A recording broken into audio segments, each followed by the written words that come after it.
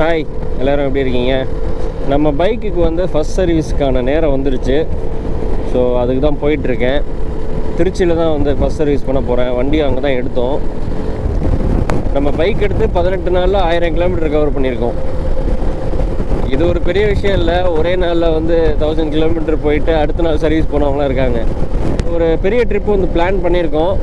அந்த ட்ரிப்பு வந்து first service முடிச்சுட்டே வந்து போகலாம் அப்படின்னு சொல்லி பிளான் பண்ணியிருந்தேன். ஏன்னா வந்து அப் அண்ட் டவுனே அது 1000 கிலோமீட்டரு, அதுவும் இல்லாமல் ஒரு எக்ஸ்ட்ரா ஒரு 200 கிலோமீட்டர் போகிறதுக்கு வாய்ப்பு இருக்குது. ஸோ ஒரேடியாக ஃபஸ்ட் சர்வீஸ் முடிச்சுட்டு போனால் பெட்டராக இருக்கும். ஏன்னா ஒரு 2-3 கம்ப்ளைண்ட்லாம் இருக்குது இந்த பைக்கில். கம்ப்ளைண்ட்னால் வந்து ஆஸ் யூஷுவல் எல்லா பைக்லேயும் V-Stromல வந்து இருக்கிற கம்ப்ளைண்ட் தான். கியர் வந்து ரொம்ப ஹார்டாக இருக்குது. அது வந்து மேஜரான கம்ப்ளைண்ட். நியூட்ரல் கூட வந்து உழுவ மாட்டேங்குது. ரொம்ப ஹார்டாக இருக்குது. ஃபஸ்ட்டு வந்து காமனாக வந்து புது பைக்ஸில் வந்து இந்த மாதிரி ஹார்டாக தான் இருக்கும். இருந்தாலும் ரொம்ப ஹார்டாக இருக்குது. கீழே வந்து போட முடியாத அளவுக்கு ஹார்டாக இருக்குது. நெக்ஸ்ட்டு வந்து செயின் வந்து லூஸாக இருக்கிற மாதிரி இருக்குதுன்னு சொல்லிட்டு என்னோடய ஃப்ரெண்டு வந்து சொன்னான். அதையும் வந்து நோட் பண்ணிக்க அப்படின்னு சொல்லி சொன்னான். V-Strom வாங்கின நிறைய பேர் இந்த கம்ப்ளைண்ட் வந்து ஃபேஸ் பண்ணியிருக்காங்க. இதை வந்து சால்வ் பண்ணியிருக்காங்களான்னு கேட்டால் 100% எனக்கு தெரியாது. ஆனால் அதை விட வந்து எனக்கு பெட்டராக இருக்குன்னு சொல்லி சொன்னாங்க. அது என்னன்னு பார்த்தீங்கன்னா, பைக் வந்து லெஃப்ட் சைடில் வந்து அப்படியே போகுது. வண்டி வாங்கினதுலேருந்தே அப்படி தான். இது நான் வந்து பைக் வாங்குறதுக்கு முன்னாடி இதை நான் எதிர்பார்த்தேன். கண்டிப்பாக நம்ம வாங்குகிற பைக்குக்கும் இதே மாதிரி வண்டி லெஃப்டில் போகும். அலைன்மெண்ட் வந்து கண்டிப்பாக வந்து அலைன்மெண்ட்டாக இல்லை வந்து வேறு ஏதாவது வந்து ப்ராப்ளமாக என்னன்னு தெரியல. மேக்ஸிமம் V-Strom வாங்கினவங்க வந்து இந்த ப்ராப்ளம் வந்து ஃபேஸ் பண்ணியிருக்காங்க. இப்போ ஹேண்டில் பார்லேருந்து கை எடுத்துன்னு வச்சுங்களேன், பைக் வந்து அப்படியே லெஃப்ட்டில் போகும். ஃபோர்க் பெண்டாக இருந்ததுன்னா, இல்லைனா வந்து இந்த மாதிரி ஹேண்டில் பார் வந்து ஸ்ட்ரைட்டாக இல்லை, இந்த மாதிரி அலைன்மெண்ட் ப்ராப்ளம் இருந்ததுன்னா இந்த மாதிரி பெயின் வரும். ஒன்று ரைட் சைடு ஷோல்டர் பெயின் வரும், இல்லைனா லெஃப்ட் சைடு ஷோல்டர் பெயின் வரும். எனக்கு வந்து லெஃப்ட் சைடு வந்து ஷோல்டர் பெயின் வருது. மேஜர் கம்ப்ளைண்ட்டுன்னு பார்த்தா 2 விஷயந்தான். ஒன்று இந்த அலைன்மெண்ட் ப்ராப்ளமு, ரெண்டாவது வந்து இந்த கியர் ஹார்டாக இருக்குது.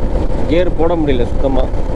ஸோ இது 2 தான் மேஜராக நான் வந்து பார்க்குறேன். வேறு எதுவுமே எனக்கு இந்த பைக்கில் வந்து எந்த ஒரு இஷ்யூவும் எனக்கு தெரியல இதுவரையும்.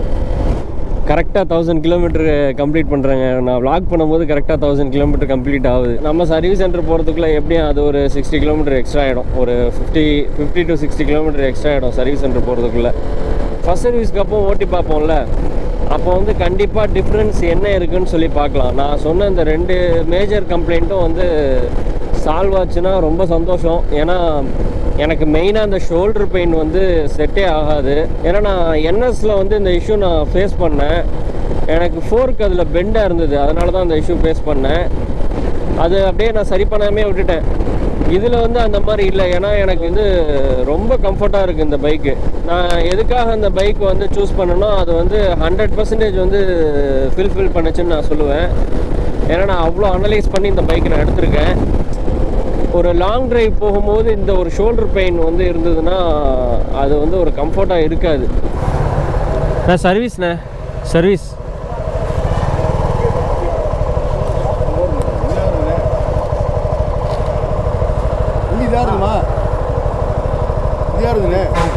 திருச்சியிலே தான் பெரிய ஷோரூம்னு நினைக்கிறேன்.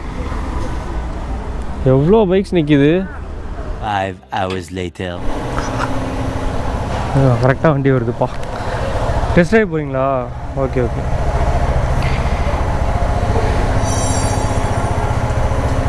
கரெக்டாக முடிஞ்ச வண்டி டெஸ்ட் ட்ரைவ் போகுது. கரெக்டான டைமுக்கு தான் வந்திருக்கோம். நம்ம பைக் சர்வீஸ் முடிஞ்சு பில் பே பண்ணிட்டேன். டீட்டெயில்ஸ் நான் சொல்கிறேன் பாருங்கள். நம்ம வண்டி நிற்கிது. பைக்கு பாலிஷ்லாம் போட்டு பளபளன்னு நிற்கிது. வாட்டர் வாஷ் பண்ணப்போ கூட அந்தளவுக்கு தெளிவாக இல்லை. பாலிஷ் போட்டதுக்கப்புறம் தான் வண்டி புது வண்டி மாதிரி இருக்குது. நம்ம சொன்ன கம்ப்ளைண்ட்லாம் ஓட்டி பார்த்தா தான் தெரியும். அதுக்கு முன்னாடி நம்ம பில்லு எவ்வளோ வந்திருக்குன்னு பார்க்கலாமா? ஆக்சுவலி பில் வந்து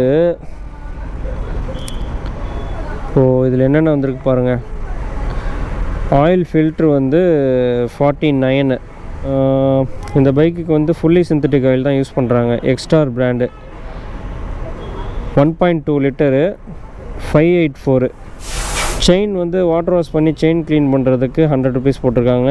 செயின் லூபுக்கு வந்து ஒரு 100 ருபீஸ் போட்டிருக்காங்க. ஸோ இது எல்லாமே டோட்டல் பண்ணோன்னா ஒரு அமௌண்ட் வரும். அதுலேருந்து 842 வருது. இப்போ இதெல்லாம் டோட்டல் பண்ணோன்னா 842 வருது. அதுலேருந்து ஜிஎஸ்டி பார்த்திங்கன்னா 150 ருபீஸ் வந்து ஜிஎஸ்டி. ஸோ டோட்டலாக 994. ஸோ ஃபஸ்ட் சர்வீஸோட பில் பார்த்திங்கன்னா நமக்கு 994 தான் வருது. ஓகேவா? இந்த ஒரு ரீசனுக்காக தான் நான் 250cc செக்மெண்ட்டில் இந்த பைக்கை வந்து நான் சூஸ் பண்ணதுக்கு ரீசனே. ஏன்னா நான் NS 160 என்ன சர்வீஸ் காஸ்ட் வந்து நான் பே பண்ணணும், சேம் அதே காஸ்ட்டு தான் எனக்கு இதுக்கும் வருது. 1000 ருபீஸில் வந்து நமக்கு ஆயில் சர்வீஸ் வந்து பண்ணிடலாம். ஸோ நெக்ஸ்ட்டு வந்து பைக்கை வந்து நம்ம டெஸ்ட் ட்ரைவ் பண்ணி பார்க்கணும். நம்ம சொன்ன கம்ப்ளைண்ட்லாம் சால்வ் பண்ணியிருக்காங்களா, இல்லை இன்னும் வந்து அந்த கம்ப்ளைண்ட்லாம் இருக்கா அப்படின்னு சொல்லி பார்க்கணும். அதே மாதிரி ஃபஸ்ட் சர்வீஸ்க்கு அப்புறம் வண்டியோடைய பெர்ஃபார்மன்ஸ் எப்படி இருக்குது, என்ன டிஃப்ரென்ஸ் இருக்குதுன்னு செக் பண்ணி பார்க்கலாம். ஓகே.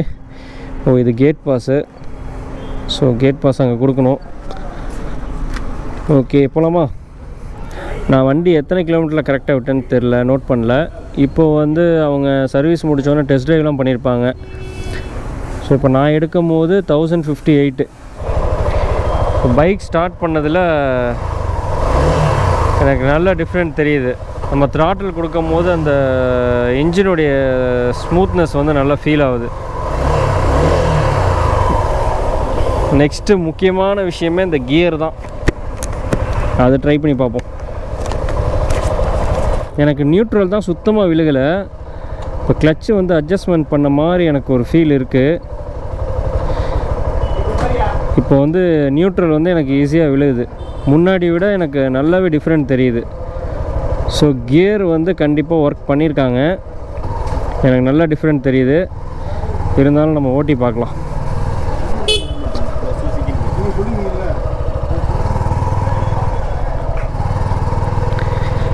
ஓகே, ஆல்ரெடி ஒரு V-Strom பிளாக் கலர் நிற்கிதுங்க. ஓகே, இந்த ரோட்டில் ட்ரை பண்ணி பார்ப்போம்.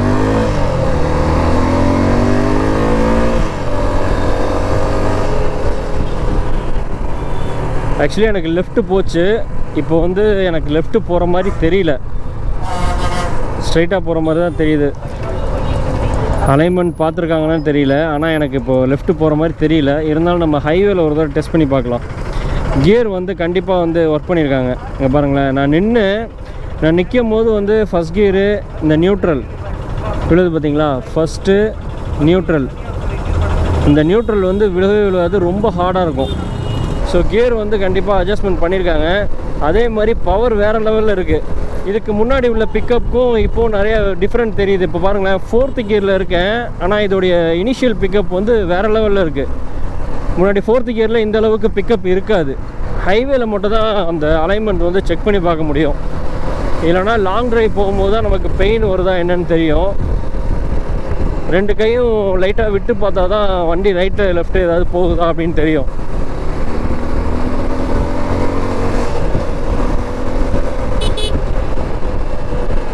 சிங்கிளாக ஓட்டுறது வேறு லெவலுங்க அந்த வண்டி. சிட்டிக்குள்ளெலாம் வந்து செட் ஆகாதுன்னு நான் நினச்சேன். செம்மையாக போகலாம் அந்த வண்டியில். இதுக்கு முன்னாடி வந்து இப்படி கை எடுத்த உடனே, இப்போ ஒரு 80ல் போகிறேன்னு வச்சிங்களேன், இப்போ 80ல் போயிட்டு இப்போ கை எடுக்கும்போது அப்படியே வண்டி ஆட்டோமேட்டிக்காக லெஃப்ட்டு போயிட்டே இருக்கும். இப்போ வந்து அட்ஜஸ்ட்மெண்ட் பண்ணியிருக்காங்க. நான் இதை வந்து மேஜராக ஒரு கம்ப்ளைண்ட்டாக நான் வந்து சொன்னேன். ஸோ இதில் கண்டிப்பாக வந்து ஒர்க் பண்ணியிருக்காங்க. இது வந்து உடனே நமக்கு ரிசல்ட் தெரியுமான்னா தெரியாது. கண்டிப்பாக ஒரு லாங் வந்து போகிறோன்னு வச்சுங்களேன், ஒரு 200 கிலோமீட்டர் வந்து கண்டினியூஸாக போகிறோம் அப்படின்னா அப்போ வந்து நமக்கு தெரியும். ஷோல்டர் பெயின் வந்து லெஃப்ட் இல்லைனா ரைட் வரும். எனக்கு வந்து லெஃப்ட் வந்தது, அதனால தான் நான் இதை வந்து மெயினாக கம்ப்ளைண்ட் பண்ணேன். இதோட உண்மையான ரிசல்ட் வந்து நம்ம லாங் போகும்போது மட்டும்தான் தெரியும். யூட்டர்ன் பண்ணிக்கலாம். இந்த அளவுக்கே போதும் டெஸ்ட் பண்ணது.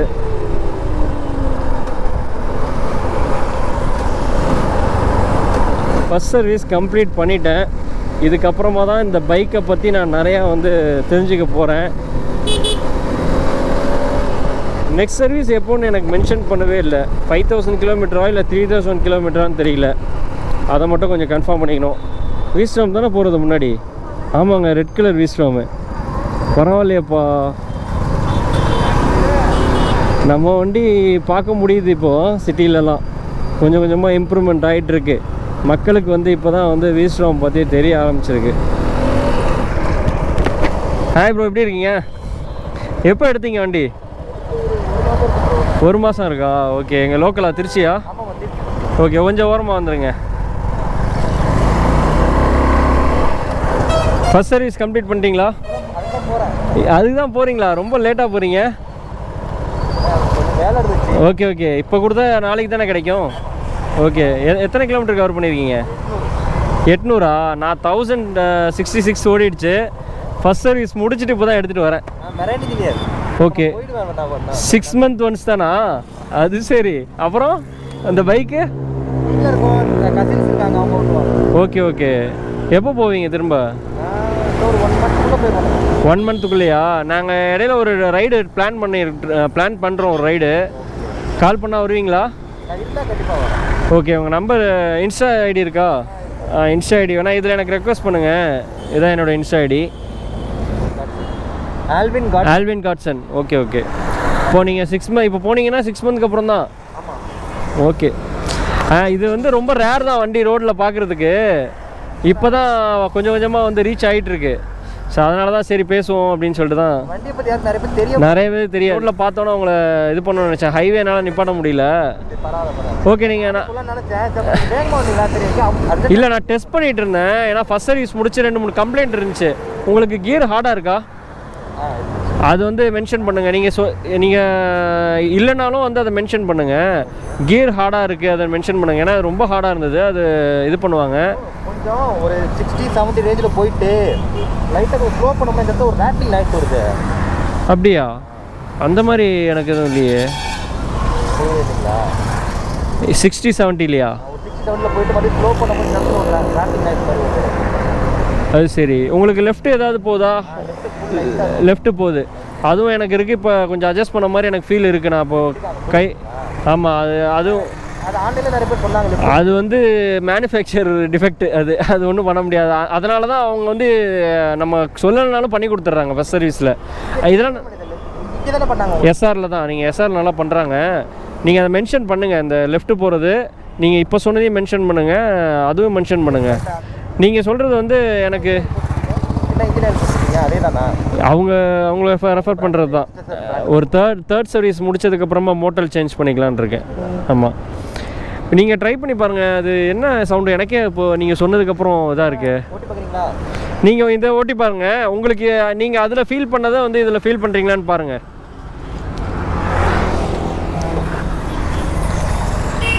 ஏன்னா இப்போ நீங்கள் இதே அங்கே எனக்கு தெரியாமல் கூட இருக்கலாம் அந்த இஷ்யூ. அதுக்காக தான் சொல்கிறேன்.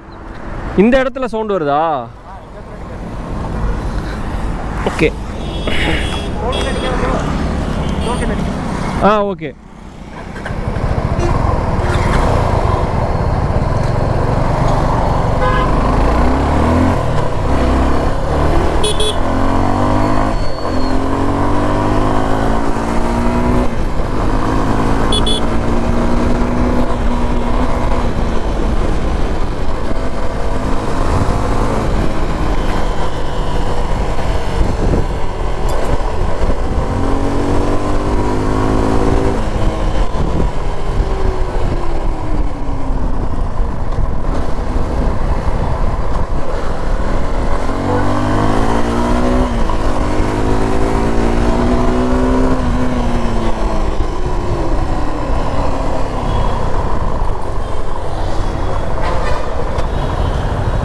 நீங்கள் ட்ரை பண்ணிங்களா?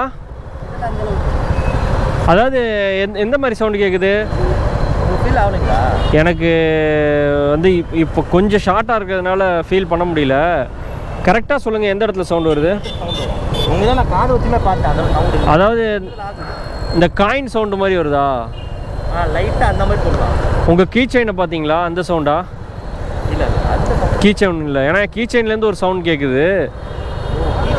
ஆமாம். அது நீங்கள் ஏன்னா நான் கீ செயினை பிடிச்சிக்கிட்டு ஓட்டினேன். அப்போ அந்த சவுண்டு இல்லை. கீ செயினை வந்து இது பண்ணும்போது சவுண்டு கேட்குது. நமக்கு ஆக்டிவேட் பண்ணும்போது தான் சவுண்டு கேட்கணும்ல. ஆமாம். டவுன் பண்ணும்போது தான் கிடையாது. கீ செயினா நம்ம ஒரு செடியாக சவுண்டில் பிடிச்சிருக்கோம் அப்படின்னாலும் இந்த சவுண்டு கேட்கும். நான் கரெக்டாக ஆக்சிலேட்டர் விடும் போது அந்த சவுண்டு கேட்கும். ஓகே ஓகே, எனக்கு அந்த மாதிரி ஃபீல் வந்து, ஏன்னா ஒருவேளை இது வந்து நாய்ஸாக இருக்குது, ஒரே நாய்ஸாக இருக்குல்ல, அதனால் கூட இருக்கலாம்.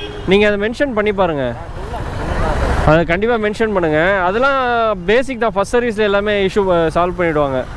சரி ஓகே ப்ரோ, பார்ப்போம். ஓகே, இது இன்ஸ்டாவில் டச்சில் இருப்போம். ஓகே,